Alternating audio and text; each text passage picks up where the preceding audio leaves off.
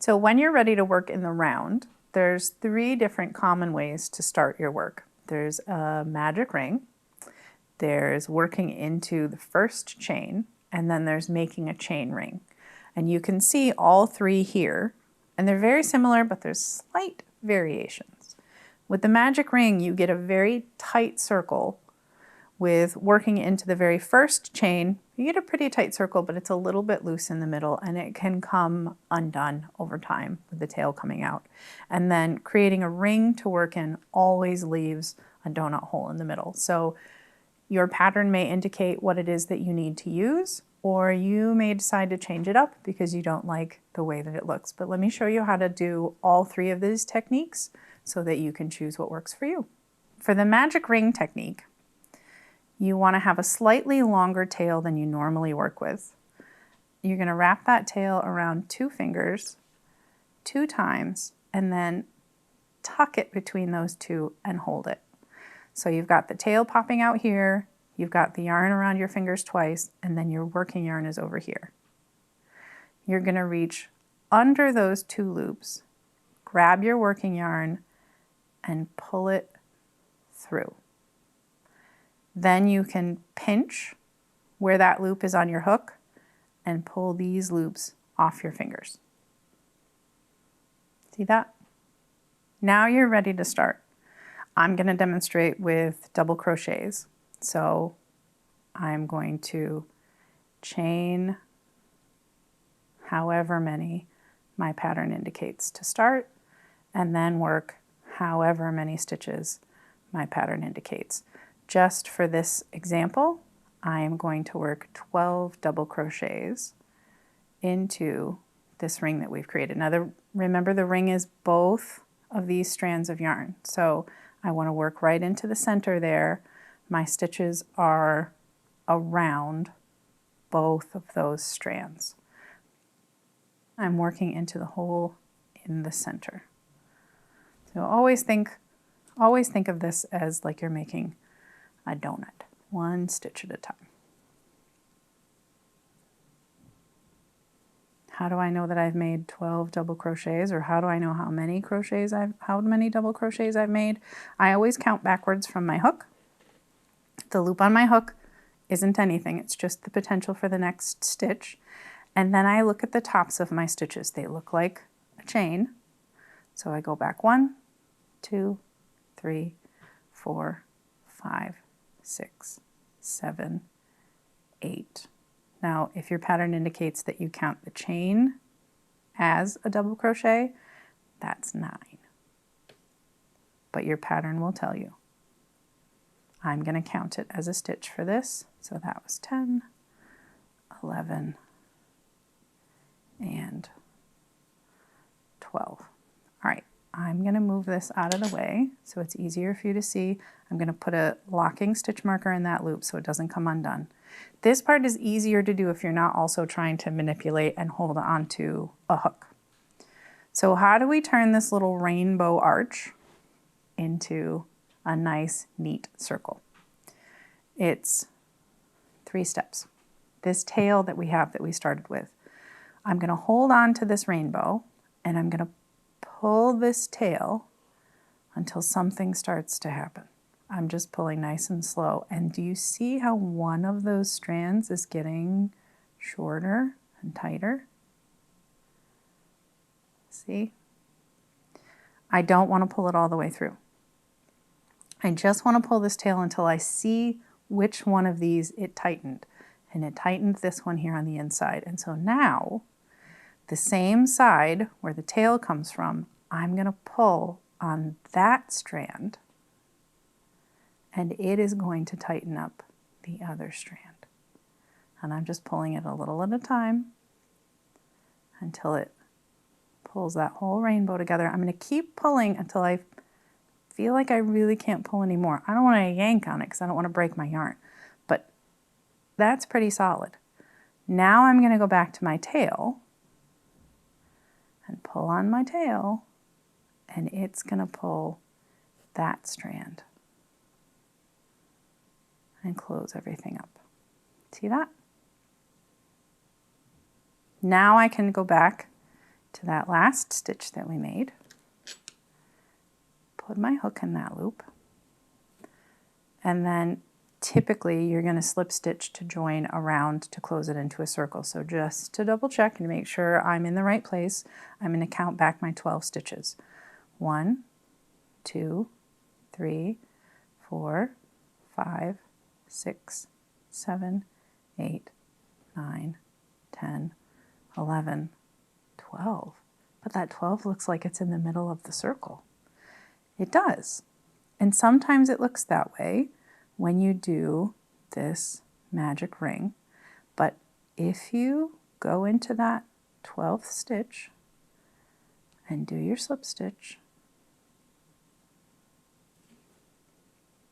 it finishes it up beautifully.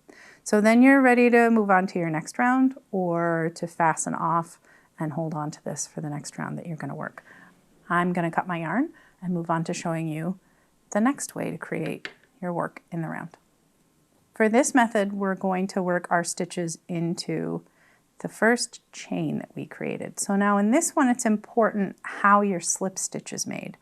So let me show you that slip stitch again. For this one, we want a slip stitch that adjusts by the tail. So I usually give myself a longer tail to start. So I'm going to make a loop by bringing my tail around and then dropping it behind, then reaching through my loop to grab my tail and pulling up.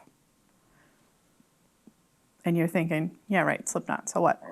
This slip knot is adjustable by the tail. So if I pull to make my slip knot bigger, it makes my tail shorter. See that? And when I want to tighten up my slip knot, I pull the tail. See? Okay. So let me show you why this is important. Because for this method of getting started working in the round, we're going to work into the first chain that we make. And so we need that first chain to get bigger. If your slip knot adjusts with the working yarn, then as soon as you make your first stitch, it's locked in place and it can't adjust. So we need it to adjust by the tail. So again, I'm going to make a first round with 12 double crochets. I'm going to start with a chain of 3. 1, 2, 3. And then I'm going to count this as one of our double crochets. So I need to make 11 double crochet stitches. I'm going to put them all in this very first chain stitch. There's no way they're all going to fit in there, right?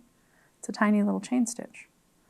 But this is why we made it adjustable with the tail. Every time we put a stitch in there, it gets a little bit bigger to accommodate. 3,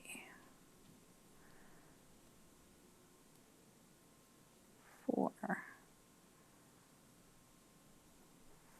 5. Now I'm using double crochet stitches here. You could be using single crochet stitches. You could be using triples or trebles. You could be doing half double crochets. The technique is the same. It doesn't matter which stitch you are using to create your first round. This is just about what's anchoring them in the center. Let's see, how many stitches do I have? I'm going to count back from my hook. 1, 2, 3, 4, 5, 6, 7, 8, 9, 10. And I count the chain, that's 11. So I need to make one more for 12. Hey, look at that. They all fit in that first chain. And then all you have to do is pull on that tail to tighten it up. Now I can do my slip stitch to that first stitch, the top of the chain, to create my round. Now, with this method, if I were to pull on this, that it's still going to loosen up with the tail. So you could end up with, well, it looks kind of messy. So with this method, you want to make sure, I'm going to pull my tail, tighten all that up again.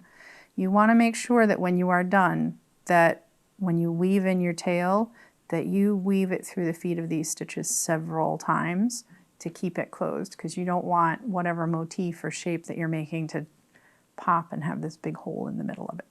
So that's working into the very first chain that you make.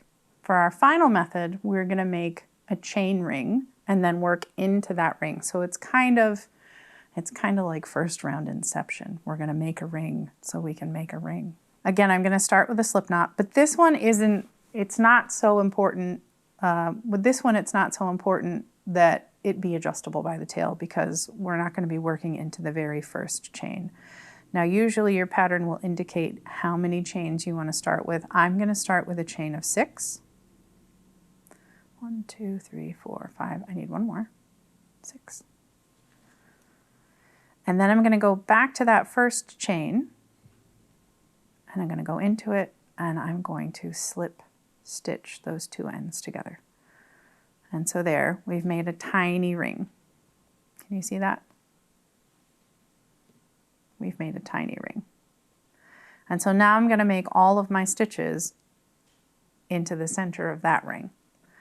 I'm going to chain 2, because I'm doing double crochet stitches, and for me that's going to count as 1 stitch. And then I'm going to work into the center of that ring. Just going to put my hook in there, bring up a loop, complete my double crochet. Now you will see that my tail kind of wants to sit over here. This is a good thing. I'm going to carry this tail along the top edge of this ring as I go around.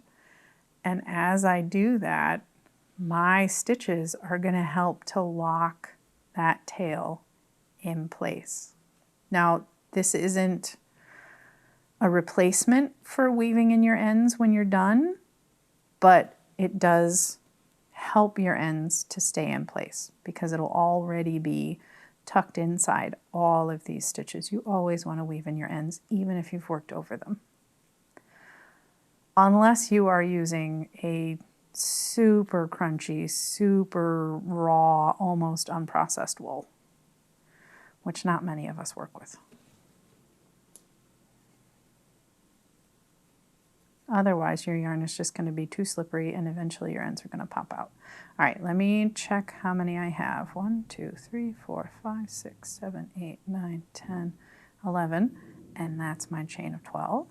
My chain 2 that counts as my 12th stitch. So now I'm going to do my slip stitch here to join in the round, and that feels a little funny. It's kind of like a cone, like it doesn't want to lie flat. I can pull that tail a little bit, and there we go. So now this one has a visible hole in it, but sometimes that's what you want. It's really about your preference. Let me bring our 3 samples back in so you can take a look at them. This was our sample that was made with the adjustable ring. Our sample that was made in the first chain, and then our sample that was made with the chain ring. So now you have 3 options for starting your work in the round.